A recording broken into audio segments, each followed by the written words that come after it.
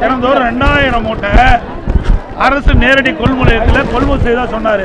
ஆனால் இங்கே வந்து லோட்மேனை கேட்டால் அவர் வந்து ஒரு நாளைக்கு 900 மூட்டை தான் நாங்கள் நேரடி கொள்முதலத்தில் நாங்கள் மூட்டை இடம் போடுறோங்கிறாங்க. அப்போ இதிலிருந்து என்ன தெரியுது? அமைச்சர் சட்டமன்றத்தில் தவறான தகவலை சொல்லியிருக்கிறார். அவர் சொன்ன மாதிரி தினந்தோறும் 2000 மூட்டை இங்கே நேரடி கொள்முதலில் இடம் போட்டிருந்தா இன்றைக்கி அந்த மூட்டை இடம் போட்ட மட்டும் இல்லை, இடம் போட்ட மூட்டையெல்லாம் இங்கே அடுக்கி வச்சுருக்கிறாங்க. இந்த மூட்டையெல்லாம் லாரி அனுப்பாதனால இந்த மூட்டையெல்லாம் எடுத்துகிட்டு போக முடியல.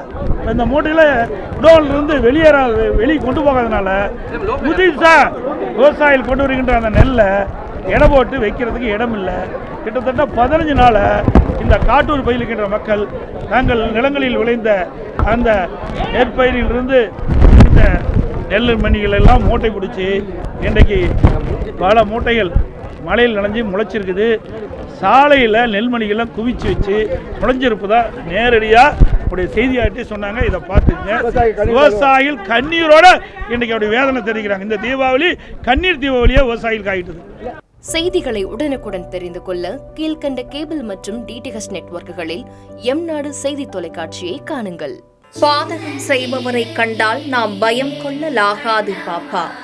மோதி மிதித்து விடு பாப்பா, அவர் முகத்தில் உமிழ்ந்து விடு பாப்பா. அண்மை செய்திகளை உடனுக்குடன் தெரிந்து கொள்ள இணைந்திருங்கள் எம்நாடு தொலைக்காட்சியுடன்.